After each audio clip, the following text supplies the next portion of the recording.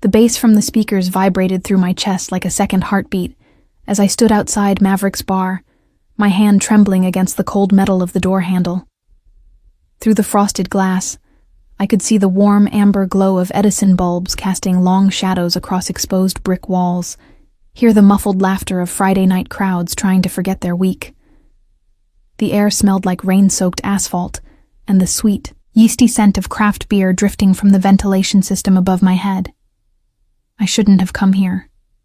Every rational part of my brain screamed at me to turn around, to go home to my studio apartment in Astoria, to pour myself a glass of cheap wine and pretend tonight wasn't the anniversary of the second time Trevor broke my heart. But my feet stayed planted on the rain-slick sidewalk, my fingers tightening around the strap of my worn leather purse, the one my Nana had given me before she passed, the one that still smelled faintly of her lavender perfume when I pressed it close. It had been 8 months since I'd walked away from Trevor Ashford, 8 months since I'd found him tangled in my sheets with Harper, my supposed best friend since college. The first time had been a year before that, a drunken mistake he swore would never happen again. I'd believed him because I was stupid, because I thought 5 years together meant something, because my Italian family had already started planning our wedding in their heads, and I couldn't bear to disappoint them. Camilla, amore mio, when a man shows you who he is, you believe him, my mother had said in her thick Sicilian accent when I finally told her about the second betrayal. Her hands had been covered in flour from making pasta, and she'd wiped them on her apron before cupping my face with a tenderness that made me want to cry. You are Barisi. We don't beg for scraps. But here I was, standing outside the bar where mutual friends had told me Trevor would be celebrating some promotion, probably surrounded by his finance bro buddies, probably with Harper draped over him like the designer coat she'd maxed out her credit card to buy. My reflection in the glass door showed a woman I barely recognized, dark circles under my brown eyes despite the concealer I'd carefully applied, my naturally wavy hair pulled into a sleek ponytail that emphasized the sharp angles of my face I'd inherited from my father's side. The fitted black dress I'd bought specifically for this moment hugging curves I'd lost weight from because stress killed my appetite better than any diet ever could. I pushed the door open. The heat hit me first. Then the smell. Whiskey, perfume, the sharp tang of lime from the bar where a bartender with sleeve tattoos was muddling mojitos. The crowd was typical Manhattan weekend fare, 20-somethings in carefully curated casual outfits that cost more than my monthly MetroCard pass, laughing too loud, drinking too fast, performing happiness for each other's Instagram stories. And there he was. Trevor sat in a circular booth near the back, his sandy blonde hair perfectly styled in that effortless way that actually took him 20 minutes and 3 different products every morning. He wore a navy button-down that I knew cost $200 because I'd been with him when he bought it, back when I still believed we had a future. His arm was slung casually over the shoulders of a redhead I didn't recognize, and he was mid-laugh at something one of his friends had said, his head thrown back in that performative way he had, showing off the expensive dental work his parents had paid for. Harper sat across from him, her blonde hair falling in perfect waves over a sequined top that caught the light every time she moved. She looked happy. They both did. Like I had never existed. Like the 5 years of my life I'd given Trevor were just a blip. Easily forgotten. Easily replaced. The anger that flooded through me was hot and sharp, tasting like copper on my tongue. My grandmother's voice echoed in my head, mixing Italian and English the way she always had. Il diavolo fa le pentole ma non I coperchi. The devil makes the pots but not the lids. Eventually everything is revealed. I scanned the room, my heart hammering against my ribs so hard I could feel it in my throat. I needed to do something, anything, to make Trevor feel even a fraction of what he'd done to me. To show him I wasn't the pathetic girl who'd taken him back the first time, who'd cried on her bathroom floor the second time, who'd spent months rebuilding herself from the ruins he'd left. That's when I saw him. He sat alone at the far end of the bar, a tumbler of what looked like vodka in his large hand, and he was completely, utterly out of place. While everyone else in Mavericks was trying too hard to look effortlessly cool, this man simply existed in a space that seemed to bend around him. He was massive, easily 6'4", with shoulders so broad they strained against the expensive black shirt he wore untucked over dark jeans. His hair was dark, almost black, cut short on the sides with slightly more length on top, styled back in that classic way that suggested Eastern European heritage. His face was all sharp angles and hard edges, a strong jaw covered in carefully maintained stubble, a nose that looked like it had been broken at least once, and eyes. Even from across the room, I could see they were a pale, striking gray, like storm clouds over the Atlantic. He looked Russian, definitely Russian. Everything about him screamed it, the way he held himself with absolute certainty of his own power, the expensive watch on his wrist that caught the light when he lifted his glass, the aura of danger that surrounded him like cologne. He was probably a businessman, maybe involved in something legitimate, maybe not. I didn't care. I just needed him to help me hurt Trevor. My feet moved before my brain could catch up, carrying me across the sticky floor of the bar, past groups of people who seemed to unconsciously part for me like I was carrying something contagious. The stranger didn't look up as I approached, his attention fixed on his phone, his thumb scrolling with the kind of distracted focus that suggested whatever he was reading wasn't particularly interesting, but was better than engaging with the chaos around him. I stopped directly in front of him, close enough that my knees almost touched his, close enough to smell his cologne, something dark and woodsy with notes of bergamot and leather that probably cost more than my monthly rent. My hands were shaking so badly I had to ball them into fists at my sides. "I need you to kiss me." The words came out steadier than I felt, loud enough to be heard over the music, but not so loud that anyone else would notice. Yet. He looked up slowly, and the full force of those gray eyes hit me like a physical thing. Up close, he was even more intimidating. There was something ancient in his gaze, something that suggested he'd seen and done things that would give most people nightmares. A thin scar cut through his left eyebrow, and there was another one along his jawline, barely visible beneath his stubble.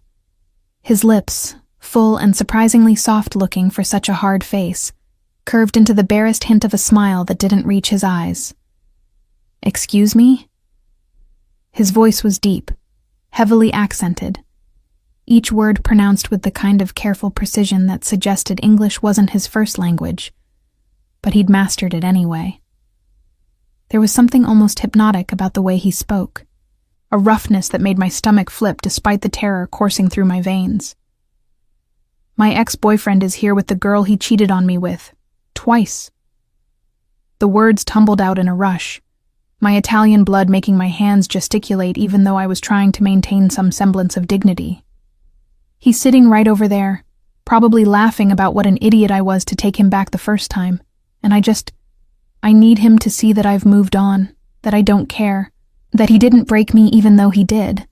And I know this is insane, and you have every right to tell me to fuck off, but please, please just..." I grabbed the front of his shirt, my fingers curling into the expensive fabric, feeling the solid wall of muscle beneath it. He didn't move, didn't flinch, just watched me with those unsettling eyes as I pulled myself closer to him. "Kiss me now." For one horrible moment, I thought he would refuse, would push me away or laugh at my desperation.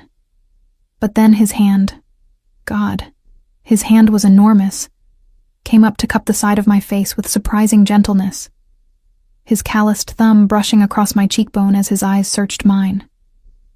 Looking for what? I didn't know. Permission, maybe, or proof that I wouldn't regret this in 30 seconds. "You are certain?"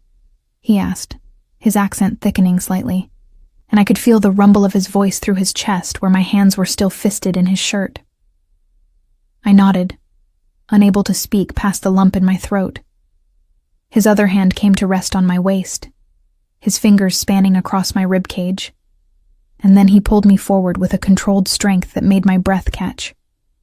The world seemed to narrow to just the two of us, his stormy gray eyes, the slight hitch in his breath, the way his jaw tightened as he lowered his head toward mine, and then he kissed me. It wasn't the tentative, exploratory kiss of strangers. It was claiming, possessive, a kiss that made my knees buckle and my hands release his shirt to grip his shoulders for support. His lips moved against mine with a confidence that suggested he knew exactly what he was doing, exactly how to make me forget my own name, let alone Trevor's.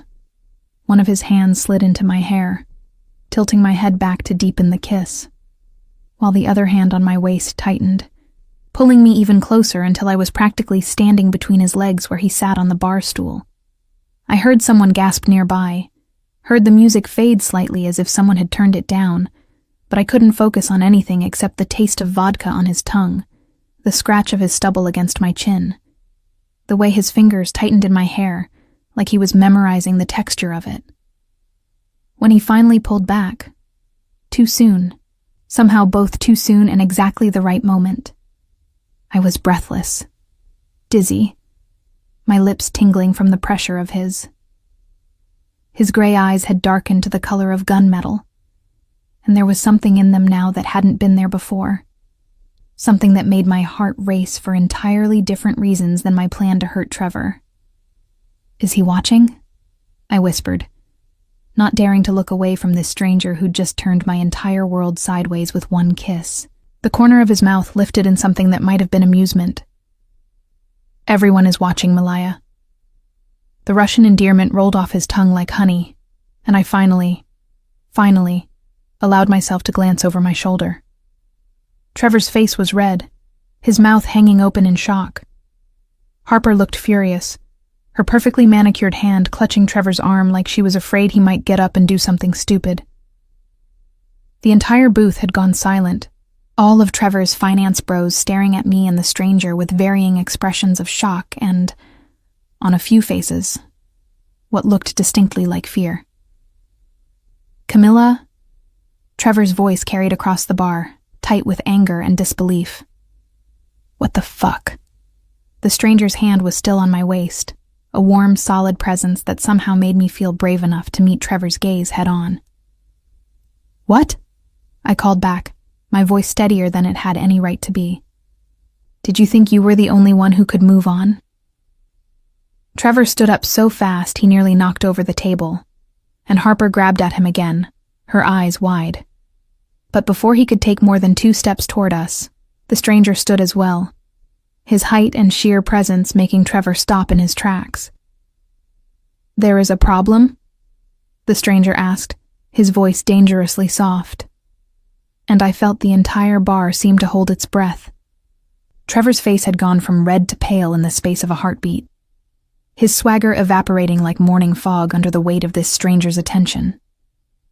I'd seen Trevor face down aggressive clients, competitive colleagues, even my hot-tempered Uncle Marco at family dinners, but the way he was looking at this man, it was pure, instinctive fear.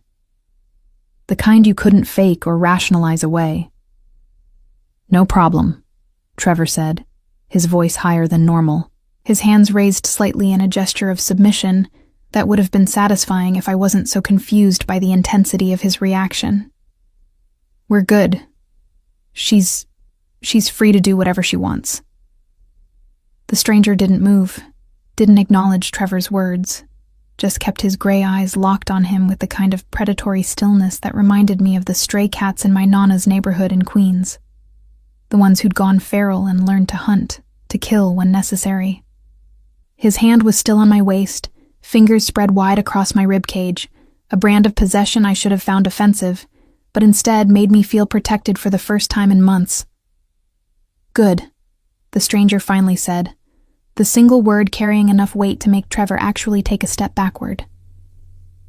It would be unfortunate if there was a misunderstanding. Harper had appeared at Trevor's side, her perfectly glossed lips pressed into a thin line, her blue eyes narrowed at me in a way that once upon a time would have hurt, but now just felt empty. "Seriously, Cammy, this is so desperate, even for you." The nickname, the one only she and Trevor used, the one that now tasted like ash in my mouth, made my hands curl into fists. But before I could respond, The stranger spoke again, his accented voice carrying that same dangerous softness. "I would suggest," he said, his gaze shifting to Harper with the kind of assessment that made her actually flinch, "that you learn to speak more carefully about things you do not understand." There was something in his tone that made the threat explicit, even though his words remained technically polite. Harper's face flushed, her mouth opening and closing like a fish, and Trevor grabbed her arm, pulling her back toward their booth with an urgency that would have been comical if my heart wasn't hammering so hard against my ribs. I watched them retreat, watched the way Trevor's friends all avoided eye contact, the way Harper kept glancing over her shoulder with an expression caught between fury and genuine fear. Around us, the normal sounds of the bar were slowly returning, conversations resuming, the bartender calling out drink orders, the bass line of whatever indie rock song was playing thrumming through the floor. "Thank you," I managed to say, finally turning to face the stranger fully now that Trevor and Harper had disappeared back into their booth like scolded children. "I didn't expect... I just wanted him to see..." I was babbling, my usual composure shattered by the adrenaline crash hitting me all at once. My hands were shaking again, worse than before, and I pressed them against my thighs to stop the trembling. The stranger watched me with those unreadable gray eyes, his expression neutral, but his body language somehow suggesting concern. A slight forward lean, the way his hand had shifted from my waist to hover near my elbow, as if he was prepared to catch me if I fell. "You should sit," he said, gesturing to the bar stool he'd been occupying. It wasn't a suggestion. I sat, grateful for the support, and he moved to stand beside me, one hand braced against the bar on my other side, effectively caging me in. At any other time, with any other man, I would have felt trapped. But there was something about the way he positioned himself, protective rather than possessive, a barrier between me and the rest of the bar, that made me feel safer than I had in months. "What is your name?" he asked, and the question was so normal, so mundane after everything that had just happened, that I almost laughed. Camila Barisi. My grandmother's maiden name rolled off my tongue automatically, the one I'd started using again after the second betrayal because I'd wanted nothing that connected me to Trevor's world. "And you are?" Something flickered across his face, surprise maybe, or calculation. Adrian Markov. The name meant nothing to me, but the way he said it, the slight emphasis on his surname, suggested it should. I filed that information away to Google later, when my brain wasn't still fuzzy from that kiss, from the adrenaline, from the surreal nature of the entire situation. "Well, Adrian Markov," I said, forcing my voice to steady. "Thank you for playing along with my insane plan. I promise I'm not usually that..." "Brave?" he interrupted, and there was something in his tone that made the word sound like an accusation and a compliment all at once. "Reckless? Desperate enough to grab a stranger in a bar and demand he kiss you? All of the above, apparently." I laughed, but it came out shaky, and I pressed my hand against my chest, feeling my heart still racing beneath my palm. Seeing him there, so happy, like I never even mattered. He is an idiot. Adrian's statement was matter of fact, delivered with the same certainty someone might use to comment on the weather. Any man who would betray you deserves what comes to him. The conviction in his words made something warm unfurl in my chest, something dangerous and needy that I immediately tried to shut down. This man didn't know me. He'd kissed me because I'd asked, helped me because... Actually, I wasn't sure why he'd helped me. Maybe he felt sorry for me.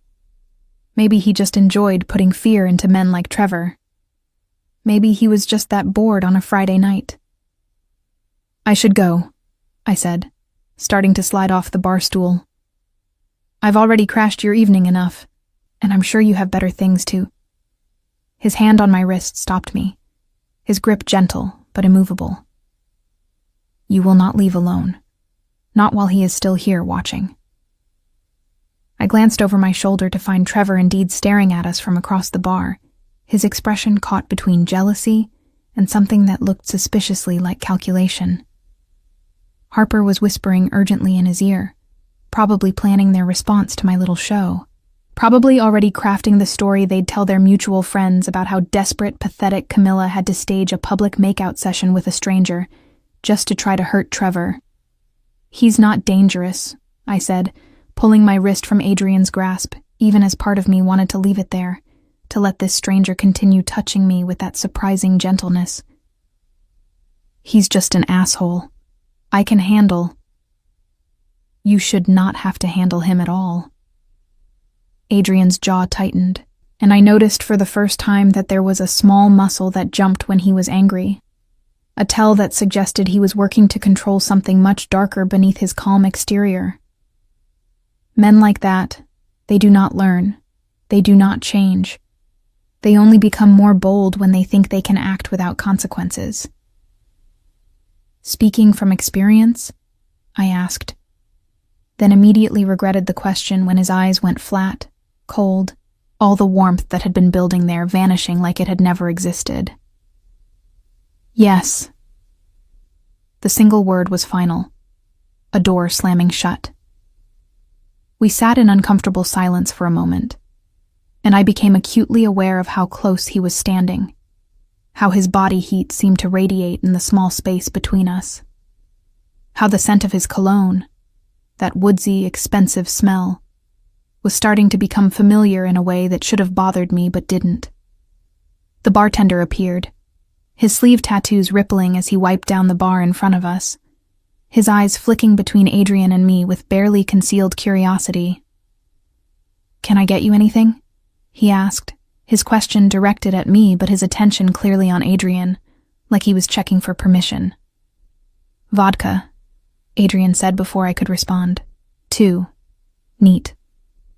"I don't really drink," I started, but Adrian was already pulling out his wallet, extracting crisp bills, and laying them on the bar with the kind of casual disregard for money that came from having a lot of it.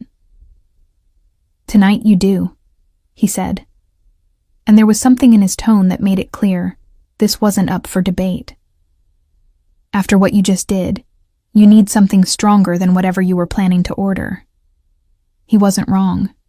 My hands were still shaking, my adrenaline still spiking and crashing in waves that made me feel simultaneously invincible and like I might throw up.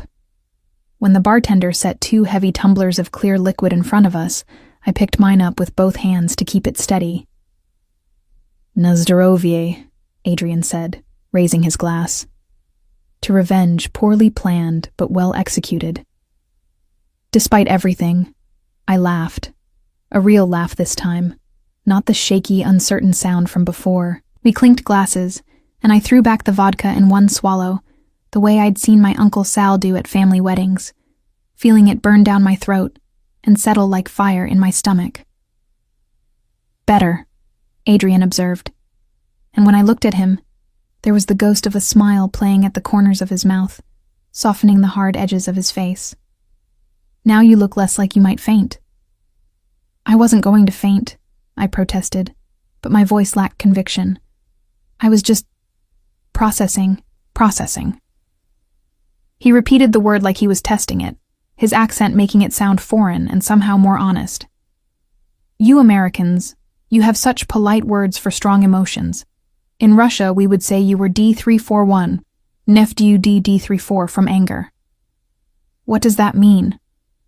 "That you were fucked by anger." His translation was blunt, delivered with the same casualness as discussing the weather, and it startled another laugh out of me, this one louder, more genuine, drawing attention from nearby patrons. "Yeah," I admitted, setting my glass down and running my fingers through my hair, dislodging strands from my carefully constructed ponytail. "Yeah, that's exactly what I was." Adrian's eyes followed the movement of my hand, tracking the way my hair fell around my shoulders, and something in his expression shifted, intensified. He looked at me the way a man looks at something he wants, and the recognition of that desire sent a thrill of fear and excitement through me in equal measure. Tell me about him, Adrian said, nodding toward where Trevor still sat, though his voice suggested he didn't particularly care about the answer. This fool who lost you. And maybe it was the vodka warming my blood, or the lingering taste of Adrian's kiss on my lips, or the way his mere presence had made Trevor, arrogant, entitled, Trevor, back down like a scolded puppy, but I found myself telling him. About the 5 years together, about the first betrayal I'd forgiven, about the second one that had broken something in me I wasn't sure could be fixed, about Harper, who'd been my roommate freshman year of college, who'd held my hair when I got food poisoning from bad sushi, who'd apparently been fucking my boyfriend for months before I walked in on them. Adrian listened without interrupting, his expression growing darker with each detail, his hands curling into fists on the bar before deliberately unclenching them. When I finished, there was a long moment of silence broken only by the ambient noise of the bar. Conversations I couldn't quite make out. The clink of glasses, the bass line of music that seemed to pulse in time with my heartbeat. He is lucky, Adrian finally said, his voice so low I had to lean closer to hear him, that you asked me to kiss you instead of hurt him. Because if you had asked for the latter, Malaya, I would have obliged. The certainty in his words, the absolute conviction that he would have committed violence on my behalf after knowing me for less than 20 minutes, should have terrified me. Instead, it made me feel something I hadn't felt since before the first betrayal, valued, protected, like I mattered enough for someone to get angry on my behalf. Why would you do that? I asked, my voice barely above a whisper. You don't even know me. His hand came up to cup my face again, the same gesture he'd made before kissing me, his palm warm against my cheek, his thumb brushing across my lower lip with a gentleness that contradicted every other hard edge about him. Because, he said, his gray eyes holding mine with an intensity that made it impossible to look away. Any man who would waste what he had with you deserves to know fear. And I am very good at teaching that lesson. Adrian's hand was still cradling my face when my phone buzzed in my purse, shattering the moment like dropped glass. I fumbled for it, my fingers clumsy from the vodka and adrenaline, and saw Trevor's name lighting up the screen. Of course he couldn't let me have this, couldn't let me walk away with even a shred of dignity. We need to talk. Now. I showed the screen to Adrian, watching his expression darken as he read the message. His jaw tightened again, that small muscle jumping, and he took my phone from my hand with a deliberateness that suggested he was controlling an impulse to throw it across the room. Block him, Adrian said simply, his accent thickening with barely suppressed anger. This man has nothing to say that you need to hear. I can't just, I started, but even as I said it, I realized how ridiculous I sounded. Why couldn't I? What did I owe Trevor except the satisfaction of telling him to fuck off one final time? My phone buzzed again, and again. Trevor was calling now, and I could see over Adrian's shoulder that Trevor had stood up from his booth, was actually walking toward us with that determined stride that I knew meant he was about to make a scene. Harper trailed behind him, her expression caught between concern and barely concealed glee. She always had loved drama, as long as she wasn't the one being humiliated. Camilla, can we talk outside? Trevor's voice carried that placating tone he used when he was trying to manipulate me back into compliance. Just for a minute. I think there's been a misunderstanding. Adrian's body had gone completely still beside me, and I realized with a jolt of fear, not for me, but for Trevor, that this stranger I'd kissed was debating whether to simply remove Trevor from my presence by force. His hand had moved from my face to rest casually on the bar, but I could see the tension in his forearm, the way his fingers curled slightly. Ready. There's no misunderstanding, Trevor, I said, forcing my voice to stay level even as my heart hammered. We're done. We've been done for months. Me kissing someone else shouldn't come as a surprise. You certainly didn't have any problem doing the same while we were still together. That's different, Trevor shot back.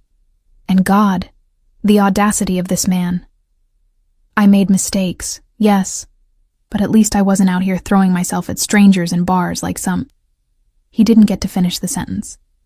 Adrian moved faster than someone his size should have been able to, stepping between me and Trevor with a fluid grace that suggested violence was a language he spoke fluently. He didn't touch Trevor. Didn't need to. His mere presence was enough to make Trevor stumble backward, nearly colliding with Harper. "You will leave," Adrian said, and his voice had dropped to something cold and deadly, each word enunciated with careful precision. "Now. And you will not contact her again. Do you understand?" "Who the fuck are you?" Trevor demanded, but his voice cracked slightly, betraying his fear. "Her bodyguard? This is between me and Camilla, so why don't you mind your own?" "She is my concern now." Adrian's interruption was absolute, final. "Which makes you my concern as well. And trust me, Mudak, you do not want my attention."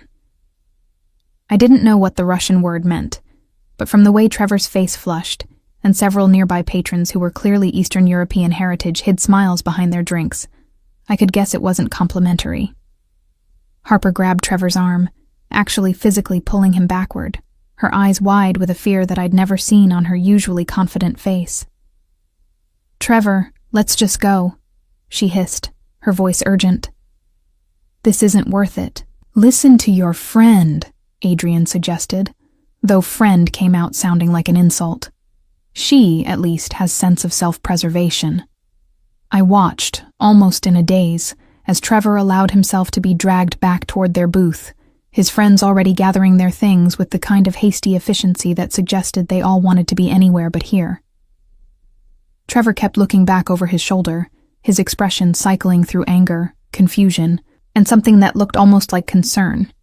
Though, whether for me or for himself, I couldn't tell. Within 5 minutes, their entire group had cleared out, leaving behind half-finished drinks and a few $20 bills thrown carelessly on the table. The bartender caught my eye and gave me a small, approving nod, like I'd just passed some test I hadn't known I was taking.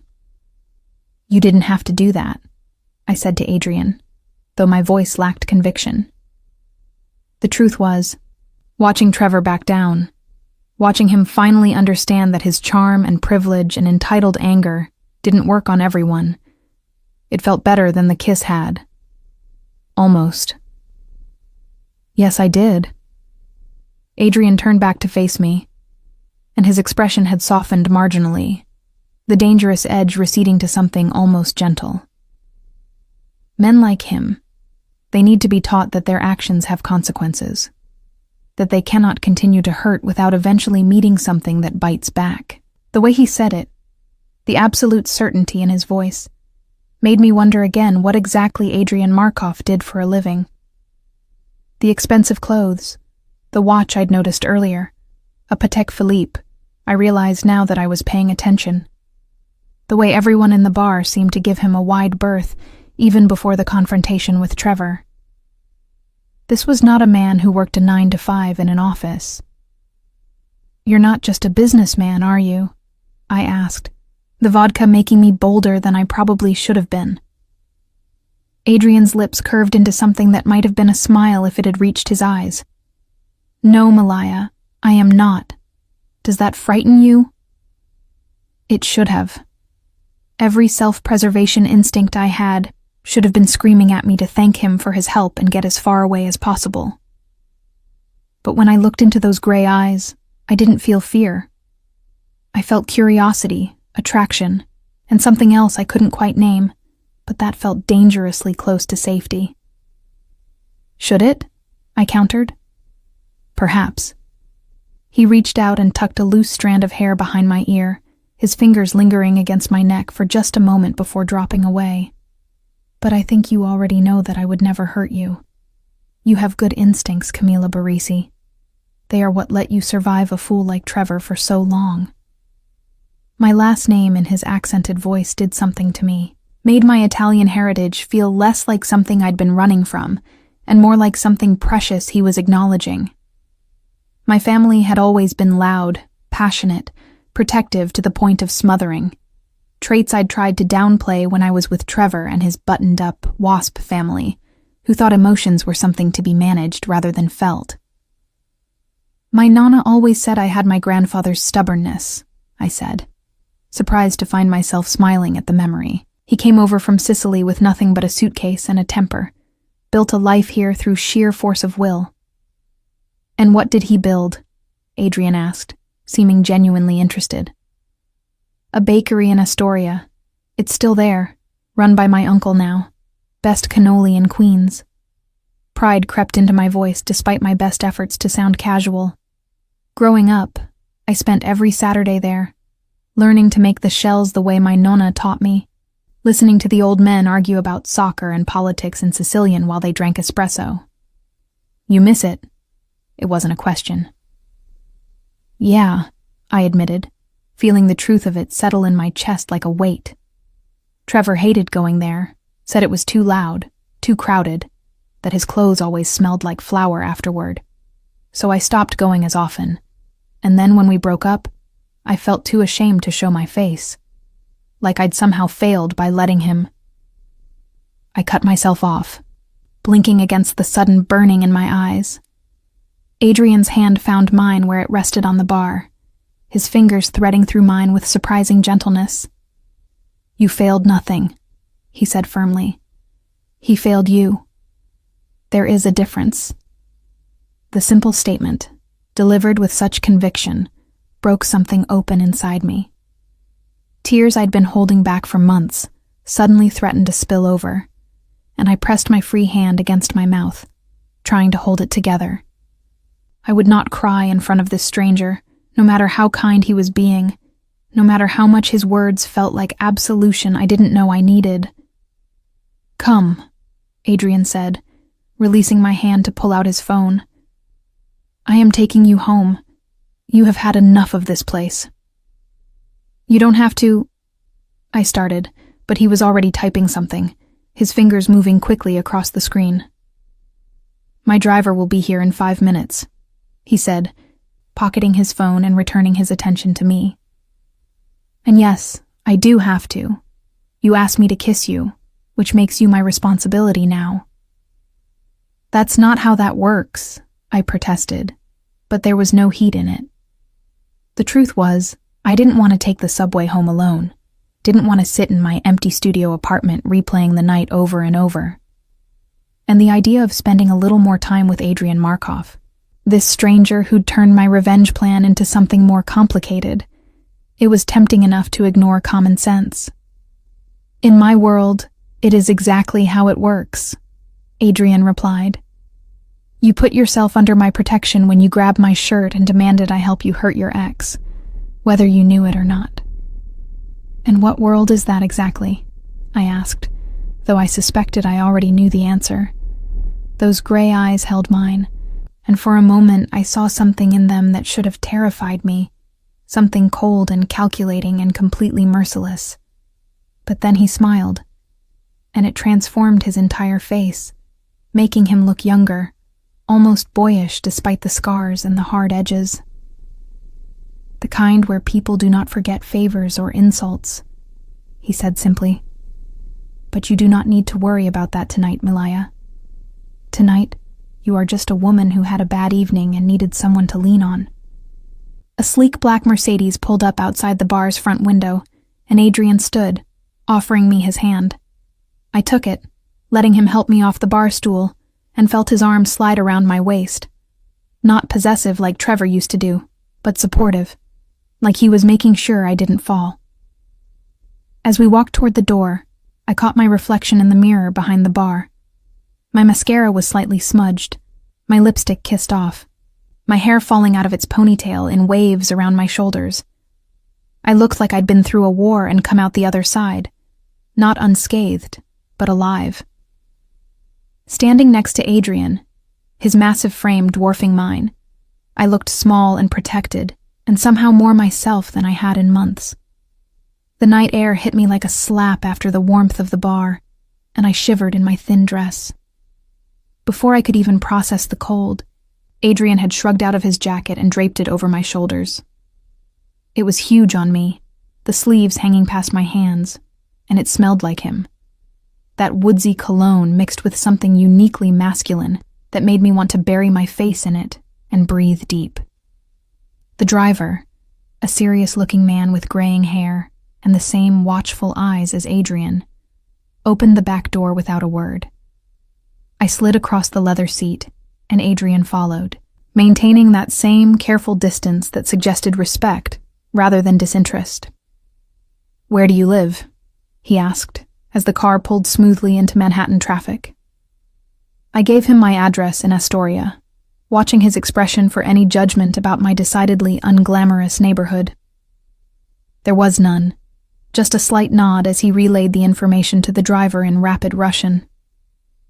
"Tell me," Adrian said, turning to face me as we merged onto the 59th Street Bridge, the city lights reflecting off the East River below us. "What did you think would happen when you asked me to kiss you?" "Honestly?" I laughed, the sound slightly hysterical. "I thought you'd either tell me to fuck off, or at best give me a quick peck on the lips so Trevor would see. I definitely didn't expect." I gestured vaguely between us, at the jacket around my shoulders, at the fact that I was currently in his car, being driven home like some kind of princess in a very dark fairy tale. "What we shared was not a quick peck," Adrian said, and there was heat in his voice that made my stomach flip. "That was a kiss meant to brand, to claim, to make every man in that bar understand that you are under my protection now." "I don't need protection," I said, but even I could hear how weak it sounded. "Everyone needs protection, Malaya," Adrian replied, his hand finding mine in the darkness of the back seat. "The only question is whether they are wise enough to accept it when it is offered." We drove in silence through Queens, passing neighborhoods I'd known my entire life. The 24-hour diners on Queens Boulevard, the Orthodox Jewish communities of Forest Hills with their dark coats and wide-brimmed hats, the gradual shift into Astoria with its mix of Greek restaurants and hipster coffee shops. Everything looked different through the tinted windows of Adrian's Mercedes, like I was watching my own life from a distance. "This is me," I said as we pulled up in front of my building, a pre-war walk-up with a crooked awning and a front door that stuck in humid weather. Next to Adrian's obvious wealth, it looked even shabbier than usual, and I felt a flush of embarrassment creep up my neck. But Adrian just nodded, already opening his door and coming around to help me out. His hand was warm and solid in mine as I stepped onto the sidewalk, my heels clicking against concrete that needed repaving. The September air had taken on that crisp quality that promised fall was coming, and I pulled his jacket tighter around myself, reluctant to give it back. "I can walk you up," Adrian offered, and there was something in his tone that made it clear he wasn't asking permission. "My apartment is a mess," I warned, already pulling out my keys. "And it's small, really small, like Trevor used to complain that my bathroom was smaller than his closet." "Trevor is a Snobistический Durak," Adrian said, following me toward the entrance. "Which means snobbish fool." His lips quirked. Among other things. I led him up 3 flights of stairs, very aware of his presence behind me, the way his expensive shoes made no sound on the worn treads, how he had to duck slightly under the low ceiling on the landing. My door was at the end of a narrow hallway that smelled perpetually of Mrs. Chen's cooking from apartment 3C. Tonight, some combination of garlic and ginger that actually made my stomach growl. "When did you last eat?" Adrian asked, apparently hearing the sound. "Lunch, I think." I fumbled with the lock, which always stuck. I was too nervous about seeing Trevor to have dinner. The lock finally gave, and I pushed open the door to my apartment, cringing slightly at what I knew he'd see. The Murphy bed I pulled down from the wall because there wasn't room for a proper bedroom, the tiny kitchenette with its ancient appliances, the single window that looked out onto a brick wall, the stack of unpaid bills on my makeshift dining table that I kept meaning to deal with but couldn't quite face. But Adrian didn't seem to notice any of it. He was focused on a different detail. The framed photograph on my only shelf, the one of me and my Nana in front of her bakery, both of us covered in flour and laughing at something my uncle had said. I was maybe 10 in that picture, still young enough to believe that good people won and hard work was always rewarded. "She looks like you," Adrian observed, moving closer to examine the photo. "Same nose, same smile." "Everyone says I have the Baresi face," I said, slipping off my heels and immediately feeling more grounded being closer to my actual height.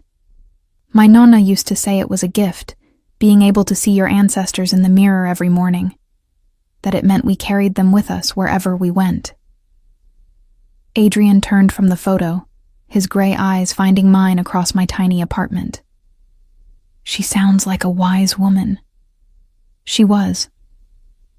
Past tense, because Nonna had died 2 years ago, and I'd been so consumed with Trevor and trying to make our relationship work that I'd missed her last few weeks. Had been too busy at his company holiday party to visit her in the hospital. The guilt of that still sat in my chest like a stone. She would have hated Trevor, would have seen right through him from the start. "But you loved him anyway." It wasn't an accusation, just a statement of fact. I thought I did. I moved to my kitchenette, needing something to do with my hands. Now I think maybe I just loved the idea of being loved, of having someone choose me, even if the someone was all wrong. Adrian's jacket was still around my shoulders, and I started to shrug it off, but he stopped me with a gesture. "Keep it. You are still cold." I should probably give it back. "Keep it," he repeated more firmly this time. "Consider it a gift for your bravery tonight." I wanted to argue, but the truth was I liked wearing it. Liked having this physical reminder that the evening had been real, that this impossibly attractive stranger had kissed me like he meant it, and then threatened Trevor on my behalf without asking for anything in return.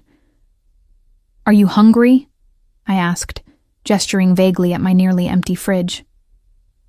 "I don't have much, but I could make—" "When did you last have a proper meal?" Adrian interrupted, and there was concern in his voice that made my throat tight. "One that you sat down and enjoyed, not something eaten standing at a counter between shifts." I couldn't actually remember. Between working my administrative job at a medical supplies company and picking up weekend shifts at my uncle's bakery to make rent, I'd been existing mostly on coffee and whatever my mother sent home with me when I managed to make it to Sunday dinner.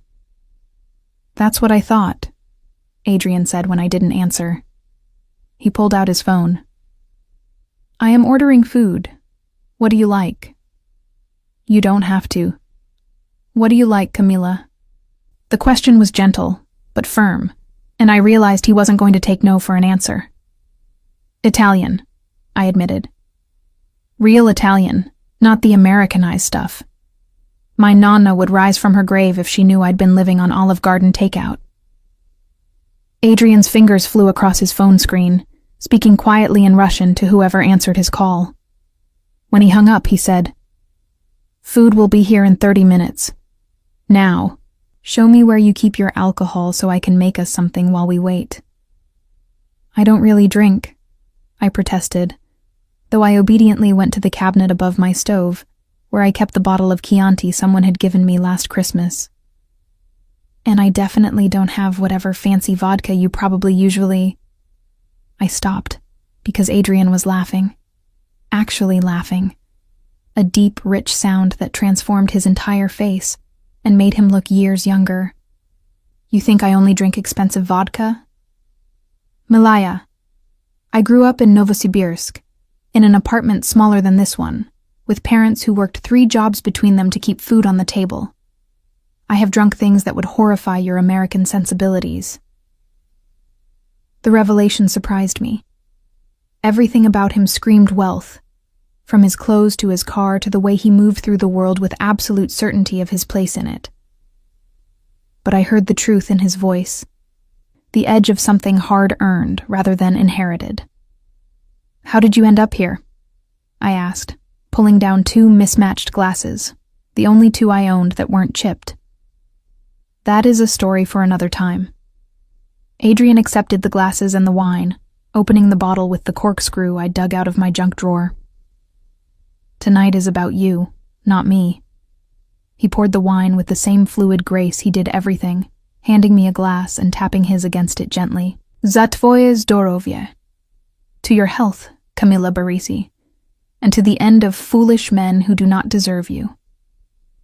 I drank, letting the wine warm my throat and settle some of the chaos still churning in my stomach. Adrian moved around my apartment like he belonged there, examining the few personal items I'd put out. More photographs of my family. A rosary my Nana had given me before she died. The stack of half-read books on my coffee table that I kept meaning to finish. You like mystery novels, he observed, picking up the latest one. Something about a murder in a small Italian village. Escapism, I admitted. It's nice to read about other people's problems for a while. Adrian set down the book and turned to face me, his expression serious. I should tell you something, Camilla, before this goes any further. My heart jumped. This. Us, he clarified, moving closer until he was standing just a foot away, close enough that I had to tilt my head back to maintain eye contact. What I said at the bar, about you being under my protection, I was not speaking casually. In my world, such statements carry weight. What world is that, exactly? I asked, though I'd spent the car ride Googling his name and had found enough scattered references, always vague, always careful, to have a pretty good idea. One that you have been fortunate enough to avoid until tonight, Adrian said. But now that we have met, now that I have claimed you publicly. Claimed me? I repeated, my Italian temper flaring despite the wine and the attraction and the bone-deep exhaustion of the evening. I'm not a piece of territory, Adrian. No, he agreed. And one hand came up to cup my face the way he had at the bar, his thumb tracing my cheekbone with devastating gentleness. You are a woman who deserves better than anything you have been given, and I find myself wanting to be the one to give it to you. The honesty in his words, the raw vulnerability beneath the controlled exterior, made me sway toward him like he was magnetic north, and I was a compass that had finally found its direction. You don't even know me. I know enough. His other hand settled on my waist, pulling me infinitesimally closer. I know you are brave enough to demand what you need from strangers. I know you are loyal enough to forgive a man who did not deserve it. I know you are strong enough to walk away when you finally understood your worth. His gray eyes burned into mine. And I know that when I kissed you, I felt something I have not felt in years, something I want to feel again. Adrian. I breathed his name, not sure if I was protesting or encouraging. The knock on my door shattered the moment, the food arriving exactly when he'd said it would. Adrian released me with obvious reluctance, and I tried to calm my racing heart as he handled the delivery, tipping the person generously enough that I heard a surprised, "Thank you, sir," before the door closed.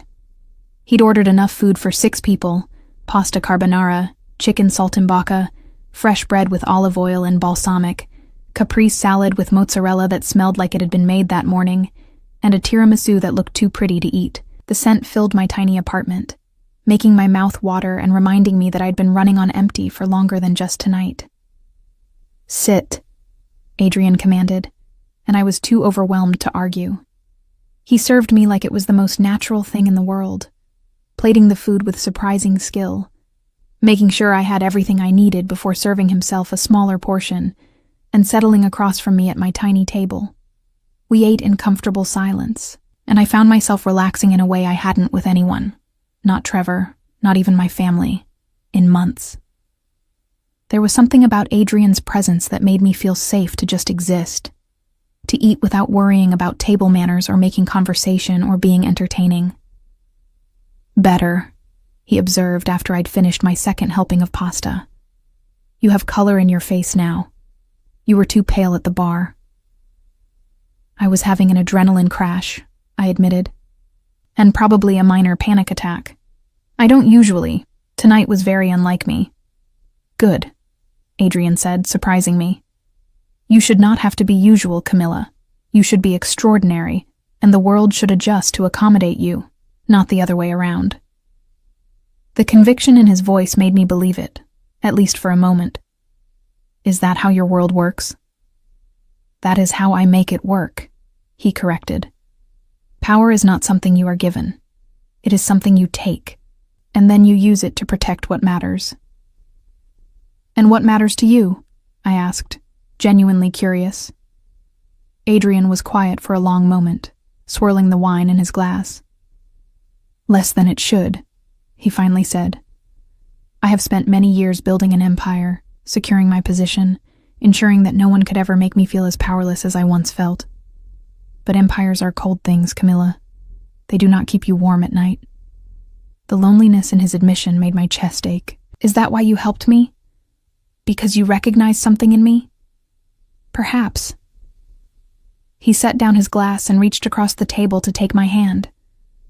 Or perhaps I simply saw a beautiful woman being disrespected and decided that her ex-boyfriend needed to be taught a lesson about consequences. By kissing me senseless in front of him? Adrian's smile was slow, predatory. Among other things. My phone buzzed on the table between us. Trevor again, because of course, he couldn't leave it alone. Adrian picked it up before I could, his expression darkening as he read whatever message Trevor had sent. He says you made a fool of yourself, Adrian reported, his voice dangerously soft. That you should call him tomorrow when you are sober and ready to apologize for embarrassing him in front of his friends. The audacity of it made me laugh, a sound with sharp edges. Of course he does. In Trevor's world, I'm always the one who needs to apologize. Adrian's thumb moved across my phone screen, and I realized he was typing something. What are you... Correcting a misconception, he said, finishing with a decisive tap before setting my phone face down on the table. There. He will not bother you again. Adrian, what did you send him? Those gray eyes met mine, and there was something almost violent in them, something that reminded me that this man was dangerous for reasons that had nothing to do with his money or his power. I told him that if he contacts you again, he will discover exactly how much I dislike men who disrespect women I have claimed as mine. I haven't agreed to be yours, I pointed out, though my protest was half-hearted at best. Not yet, Adrian agreed, his hand still holding mine across the table. But you will. I woke up on my Murphy bed fully clothed, Adrian's jacket still draped over me like a blanket. Sunlight streamed through my single window, and I could hear the sounds of Saturday morning in Astoria. The Greek bakery downstairs opening up, kids playing in the street, Mrs. Chen's TV playing her morning soap operas at volume that suggested she'd turned off her hearing aids again. For a moment, I thought maybe I'd dreamed the entire night. But then I smelled coffee. Real coffee. Not the instant kind I usually made. And heard movement in my kitchenette. I sat up, my head fuzzy with wine and emotional exhaustion, to find Adrian standing at my stove, somehow making breakfast in my tiny kitchen like he'd been doing it his entire life. You stayed, I said, my voice rough with sleep. He turned, and even in the harsh morning light streaming through my window, he was devastating. He'd rolled up the sleeves of his black shirt, revealing forearms corded with muscle and dusted with dark hair. His jaw was shadowed with morning stubble, and his gray eyes were softer than they'd been at the bar, almost gentle as they took in my rumpled appearance. I slept on your couch, he said, gesturing to my second-hand sofa that was at least a foot too short for his frame. You fell asleep during dessert, and I did not feel comfortable leaving you alone after the evening you had. I remembered vaguely, the wine, the exhaustion, Adrian carrying me the 3 steps from my table to my bed, while I protested sleepily that I could walk. He'd removed my shoes with surprising gentleness, pulled a blanket over me, and I'd been asleep before he'd even left the room. "You should have woken me up," I said, embarrassment heating my cheeks. "You didn't need to stay." "Yes, I did." He returned his attention to whatever he was cooking. Eggs, from the smell of it. And was that bacon? Where had he even gotten bacon? "You asked me to kiss you, which made you my responsibility. I take my responsibilities seriously, Malaya." I stood, stretching muscles that ached from tension and too many emotions, and padded over to my kitchenette in my bare feet. Adrian had somehow found my French press that I never used because it seemed too complicated for one person, and had brewed coffee that smelled like heaven. He'd also, apparently, run to the bodega on the corner because there were fresh bagels on my counter, along with cream cheese, lox, and the bacon currently sizzling in my pan. "How long have you been awake?" I asked, accepting the mug of coffee he handed me. "A few hours." He flipped the bacon with more skill than any criminal had a right to possess. "I am used to early mornings, and your neighborhood is charming at dawn. I watched an old woman yell at a parking meter in what I believe was Greek for 10 minutes. Despite everything, I laughed. That would be Mrs. Papadopoulos from 2A. She thinks all technology is a personal affront from God." Adrian smiled, and it struck me again how that expression transformed him, softening all his hard edges. "Sit. Breakfast is almost ready." I sat at my tiny table, watching him move around my kitchen with surprising ease. It felt surreal, domestic in a way that should have been uncomfortable with a virtual stranger but somehow wasn't. Adrian served us both. Perfectly cooked eggs, crispy bacon, a bagel with cream cheese and lox for me because "you need to eat, you are too thin," and settled across from me with his own plate. "I should probably thank you," I said, spreading cream cheese with careful precision, "for not taking advantage of me last night. I was pretty drunk and emotional, and you could have—" "No," Adrian interrupted, his voice hard.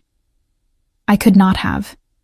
You were vulnerable, and I am many things, Camilla, but I do not take what is not freely offered." His eyes met mine. "When you come to my bed, and you will be completely sober and absolutely certain of what you are choosing."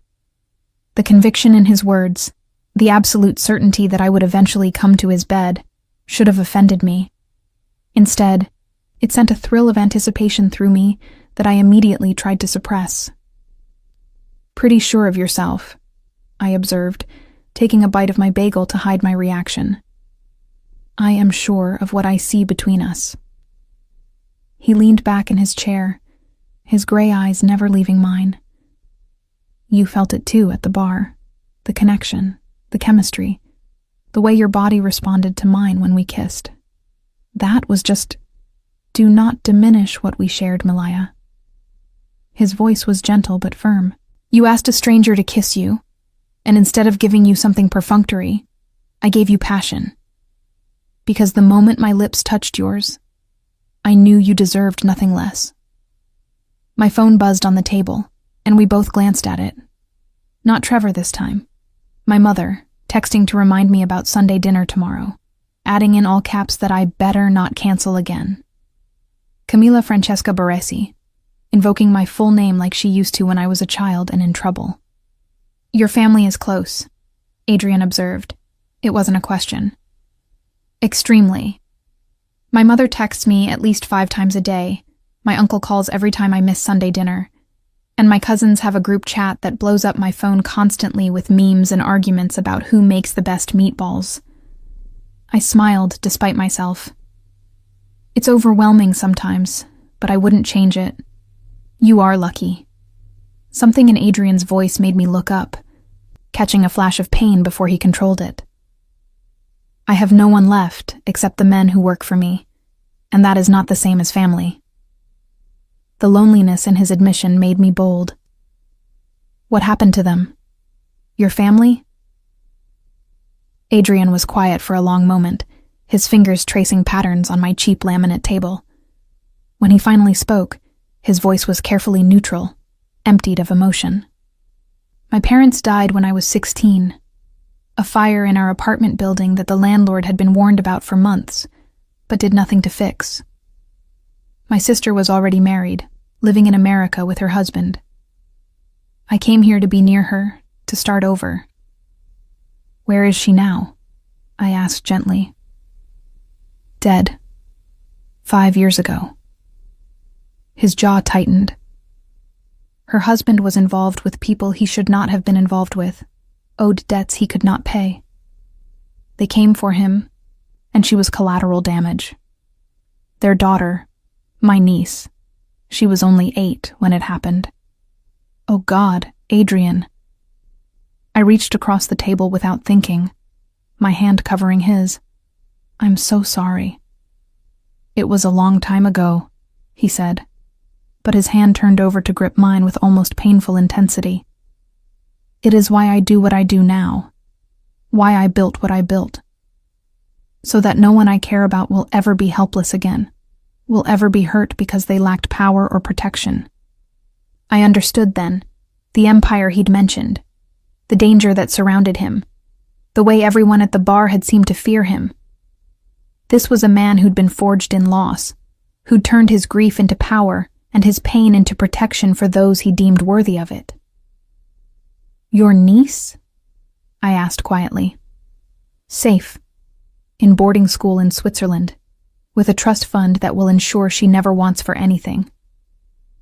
His eyes met mine. She is the only blood family I have left, and I will do anything, to make sure she lives the life her parents would have wanted for her. The fierce protectiveness in his voice called to something in me, something Italian and family-oriented, and deeply understanding of the lengths people went to for those they loved. That's why you helped me last night, because you understand what it's like to feel powerless. Perhaps. His thumb traced circles on the back of my hand. Or perhaps I just saw a beautiful woman who needed someone to stand with her, and I wanted to be that person. My phone buzzed again, this time Trevor, despite Adrian's warning last night. I picked it up to delete the message without reading it, but Adrian's hand shot out, taking the phone from me with a speed that suggested violence was always just beneath his controlled surface. What did I tell him? Adrian's voice had gone cold, dangerous, as he read Trevor's message. Whatever it said made that muscle in his jaw jump, and he stood abruptly, moving to the window where morning light made him look carved from marble. This fool has a death wish. What did he say? I asked, standing to join him. Adrian showed me the screen, and I read Trevor's words with a mixture of disbelief and anger. Tell your Russian thug that I know people too. That little stunt last night is going to cost him. And you're going to regret embarrassing me in front of my colleagues, Cammy. You always were too stupid to know when you were protected. I need to make a phone call, Adrian said, already pulling out his own phone. Stay here. Do not leave this apartment until I return. Wait, what are you going to do? Panic fluttered in my chest at the sudden shift in his demeanor, the way his entire body had gone tense with controlled violence. I am going to teach Trevor Ashford what happens when men threaten what is mine. Adrian's gray eyes were cold now, empty of the warmth I'd seen during breakfast. And then I am going to ensure that he never has the opportunity to threaten you again. Adrian, you can't just... I started, but he was already speaking rapidly in Russian into his phone, his free hand running through his hair in the first sign of agitation I'd seen from him. When he hung up, he turned to me, his expression softening marginally. Camilla, listen to me very carefully. Trevor does not know who I am, what I am, because I have been careful to keep my business separate from my public face.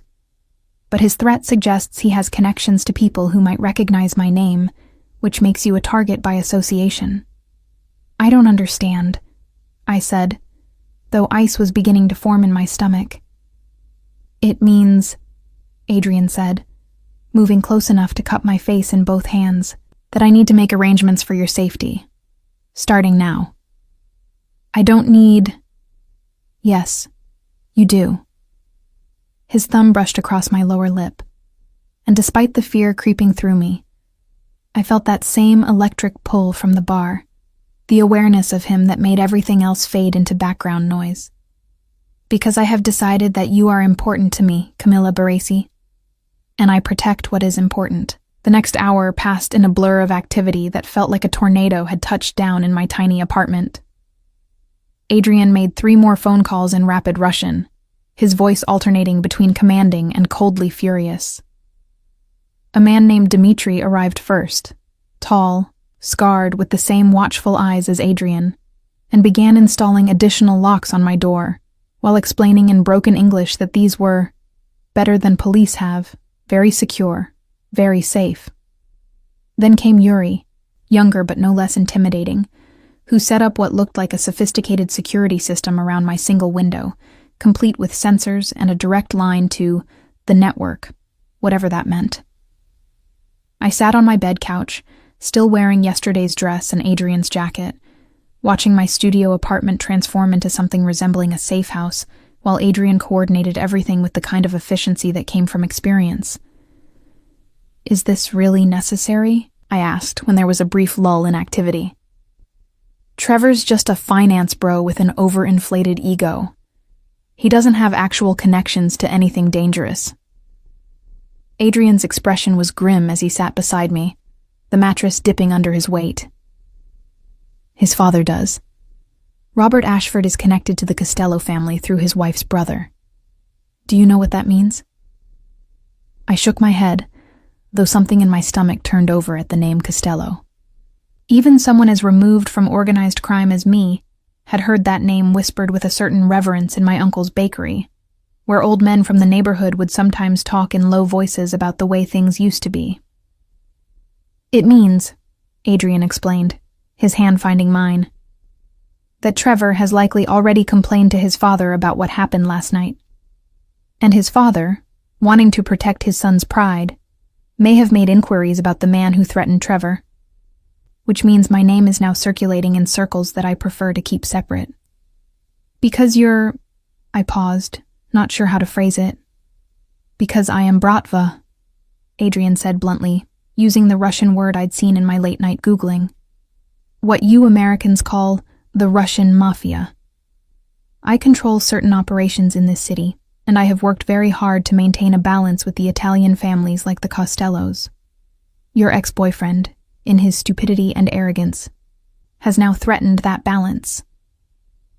The words should have terrified me, should have sent me running to pack a bag and disappear before I got any deeper into whatever this was. But instead, I found myself thinking about my family, my loud, protective, sometimes overwhelming family who would absolutely lose their minds if they knew I'd gotten involved with Russian organized crime. "I need to tell you something," I said, the words coming out before I could reconsider. "My family, they're not just bakers and small business owners. My grandfather, the one who came from Sicily, he had connections to people like the Costellos. My uncle took over the bakery, but there are cousins who went a different direction." Adrian's eyebrows rose slightly. "You are connected to the Italian families?" "Distantly. Very distantly." I pulled my hand from his, suddenly needing space to think. "My mother's brother, Uncle Sal. He's not just a baker, he's a cap regime in the Moretti family. I've never been involved in that side of things, kept my distance deliberately because I wanted a normal life. But if Trevor's father starts asking questions about me, if the Costellos start digging, they will discover that the woman I have claimed is connected to their rivals," Adrian finished, understanding dawning in his gray eyes. "Cazzo, this complicates things." The Italian curse sounded strange in his accented voice, and despite everything I almost smiled. "You speak Italian?" "Enough to conduct business." He stood, pacing my small space like a caged animal. "Camilla, I need to know, how close are you to this uncle? Would he come to your defense if he knew you were being threatened?" "Uncle Sal?" I thought about the man who'd bounced me on his knee as a child, who'd taught me to make perfect espresso, and who'd once broken a man's hand for getting too familiar with one of his teenage waitresses. He'd burned down half of Queens to protect me. But I've spent years trying to stay out of that world, trying to prove to my family that I didn't need their protection, that I could make it on my own. Pride, Adrian said. But there was understanding in his voice rather than judgment. I know that pride well. It is what drove me to build my own power rather than work within existing structures. But pride can also be dangerous, Malaya, especially when men like Trevor's father are involved. My phone rang. Not a text this time, but an actual call from my mother. I looked at Adrian, who nodded once, and I answered with a sense of inevitability settling over me. Camilla Francesca, where have you been? My mother's voice was a mixture of worry and anger, the familiar cadence of Sicilian accented English that I'd grown up with. Your Uncle Sal called me this morning, said some finance bastardo has been asking questions about you, about our family. What have you done? Mama, I can't explain. You better explain at dinner tomorrow, with whatever coglione you've gotten yourself involved with. She switched to rapid Italian that I only half understood, something about men and trouble, and why did her only daughter have to be so stubborn? Uncle Sal wants to meet him. Bring him tomorrow, 2:00, don't be late. Wear something nice. She hung up before I could protest, leaving me staring at my phone in disbelief. Adrian was watching me with an expression that might have been amusement if the situation wasn't so absurd. Your family knows, he observed. Apparently, Trevor's father reaching out to the Costellos set off alarms in the Italian community. I dropped my phone onto my table, suddenly exhausted despite having just woken up. My uncle wants to meet you, tomorrow, at Sunday dinner. Then I will meet him. Adrian said it like it was the simplest thing in the world. I have respect for the Italian families. If your uncle is reasonable, we can come to an understanding that protects you from the fallout of Trevor's idiocy. You don't understand, I said, fighting the hysterical laugh building in my throat. My family, Sunday dinner isn't just dinner. It's my mother, my father, 3 uncles, 2 aunts, 7 cousins, and whoever else happens to show up. It's chaos and noise and everyone talking over each other in 3 different languages, and they're going to grill you about your intentions and your background and whether you go to church, and... Adrian's hands framed my face, his thumbs brushing away tears I hadn't realized were falling. Breathe, Camilla. I have faced worse than a large Italian family. I can handle Sunday dinner. But you don't understand what you're walking into, I insisted, my voice breaking. They're going to know what you are. They're going to know what you do. And they're going to blame me for bringing you into their world, for putting our family at risk. Then we will make them understand that I am the solution, not the risk. His gray eyes held mine with absolute certainty. Trevor Ashford made a mistake when he threatened you. He drew attention from people who would use you to get to me, or use me to get to your family. The only way to protect you now is to make it clear to everyone, Italian, Russian, and every other organization in this city, that you are under my protection, permanently. What does that mean? I whispered, though I thought I already knew. Adrian's answer was to kiss me, not like at the bar, not with the performative passion meant to hurt Trevor, but with a gentleness that made my chest ache. His lips moved against mine like he was memorizing the taste of me, his hands cradling my face like I was something precious rather than a complication he'd accidentally acquired. When he pulled back, his forehead rested against mine, our breath mingling in the small space between us. It means I am claiming you. Publicly, permanently, in a way that every organization in this city will understand and respect. You will be Bratva, under my protection, and anyone who threatens you threatens me. That's insane, I breathed, but I wasn't pulling away. We barely know each other. We met 12 hours ago because I asked you to kiss me to hurt my ex-boyfriend, We can't just... Can't we? Adrian pulled back just enough to meet my eyes. You say we barely know each other, but I know what matters. I know you are brave and loyal and willing to fight for what you believe in. I know you come from a family that values honor and protection. I know that when I kissed you, I felt something I have not felt since I was young enough to believe in things like fate. His thumb traced my lower lip. And I know that I will destroy anyone who tries to harm you, Camila Baresi. That is not something I say lightly. This is crazy, I repeated, but my hands had fisted in his shirt again, holding him close rather than pushing him away. This is absolutely insane. Yes, Adrian agreed, and that rare, genuine smile transformed his face again. But sometimes insanity is the only logical response to an illogical situation. You asked me to kiss you, and I did. That simple act has now drawn both of us into a situation where the only path forward is together. So I am asking you, Camila, will you trust me to protect you? Will you allow me to claim you in front of your family, in front of my organization, in front of this entire city if necessary? I thought about Trevor, about his threat, about the danger I'd accidentally brought down on myself by choosing the wrong stranger to kiss. I thought about my family, about Uncle Sal, and the world I'd spent years trying to avoid. I thought about my tiny apartment with its new locks and security system, about the way Adrian's men had moved through my space with quiet efficiency, about the fact that running was no longer an option because there was nowhere to run where either organization wouldn't eventually find me. But mostly, I thought about the way Adrian had looked at me in the bar, not with pity or lust, but with a fierce protectiveness that made me feel valued in a way Trevor never had. The way he'd listened to my story without judgment, the way he'd made me breakfast like it was the most natural thing in the world, the way his eyes softened when he looked at the photograph of me and my nonna. Okay, I heard myself say. Okay, but you're buying the cannoli. Adrian's laugh was surprised, genuine, and absolutely beautiful. He pulled me close, tucking my head under his chin, and I felt his heart beating steady and strong against my ear.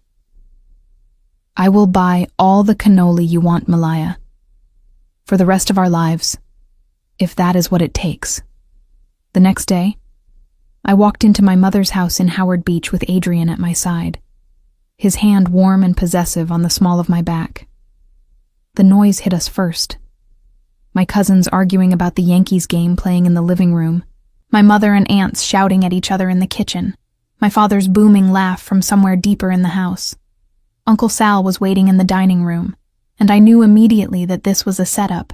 He'd positioned himself like a king holding court, with two of my larger cousins flanking him in a way that was clearly meant to intimidate. Adrian didn't even pause, just steered me forward with absolute confidence.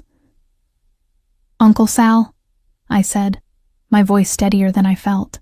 This is Adrian Markov. My uncle's eyes, dark like mine, like my father's, like every Barisi for 3 generations, assessed Adrian with the kind of cold calculation I'd only seen at family funerals. Markov, the Russian who runs the waterfront operations out of Brighton Beach. Among other things, Adrian replied calmly, not intimidated by my uncle's tone or the muscle flanking him. And you are Salvatore Baresi, capo regime in the Moretti family. It is an honor to meet you. The formal acknowledgement seemed to surprise my uncle, and I saw his expression shift slightly, reassessing. My niece says Trevor Ashford's father has been making noise about her. Says you're the reason. I am the reason Trevor Ashford learned what fear tastes like, Adrian corrected, his voice hard. Because he disrespected your niece in a public place, humiliated her, and threatened her when she chose to move on. His father's involvement is an unfortunate complication, but one I am prepared to handle. By claiming her as Bratva, Uncle Sal's voice was dangerous now. By making her a target for every organization that has issues with your operations. By making it clear that anyone who touches her dies screaming. Adrian's response was absolute, final, and I felt my uncle's men shift slightly, hands moving toward weapons I knew they carried. I do not make that threat lightly, Salvatore. I have killed for less than the honor of a woman I care for. I will go to war with the Costellos, with the commission itself if necessary, to ensure Camilla's safety. The room had gone completely silent. Even the noise from the rest of the house seemed to have faded, like everyone was holding their breath waiting for my uncle's response.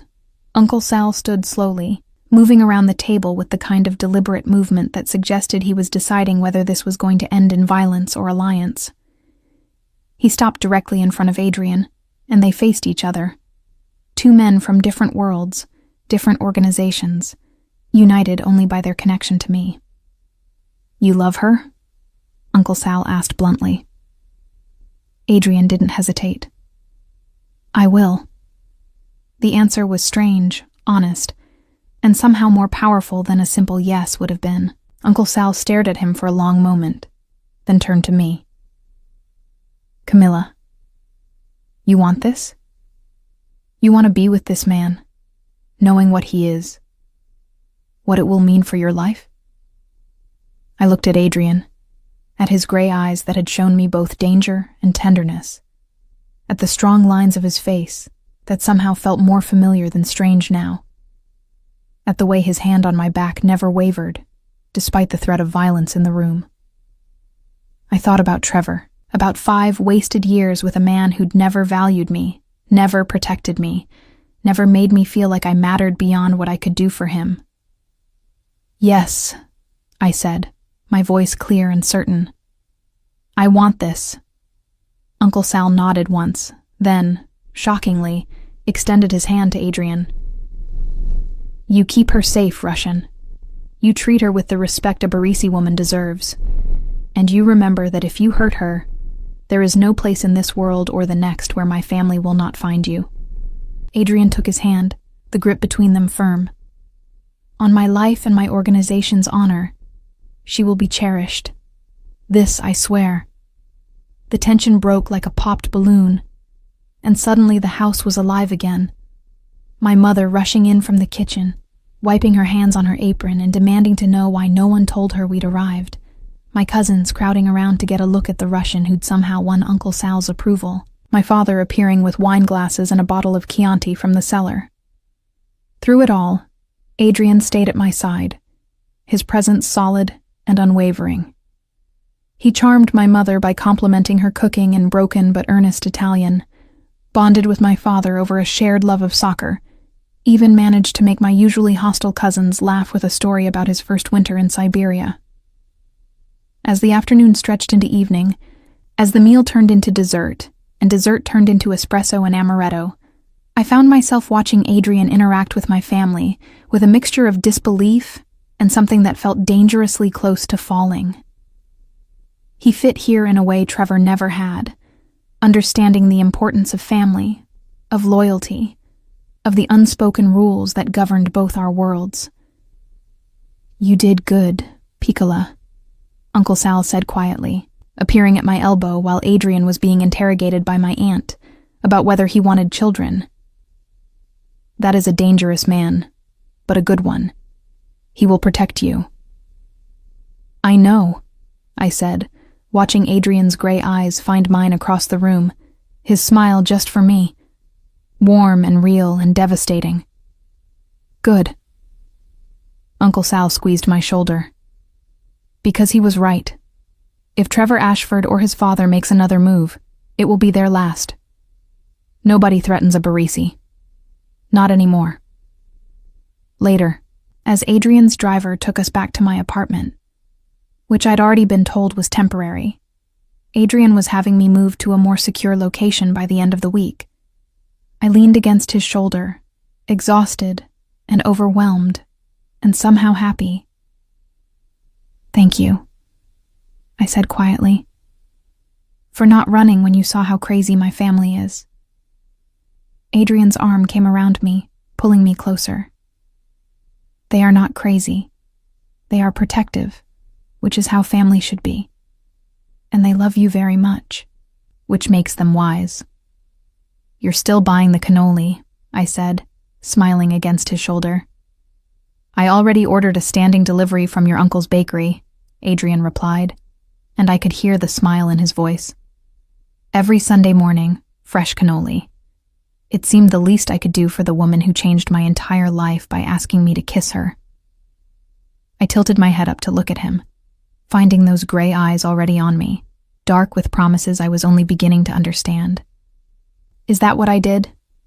Yes, Malaya. He kissed me then, soft and sweet, and full of something that felt like the beginning of a story neither of us had planned, but both of us were choosing. That is exactly what you did.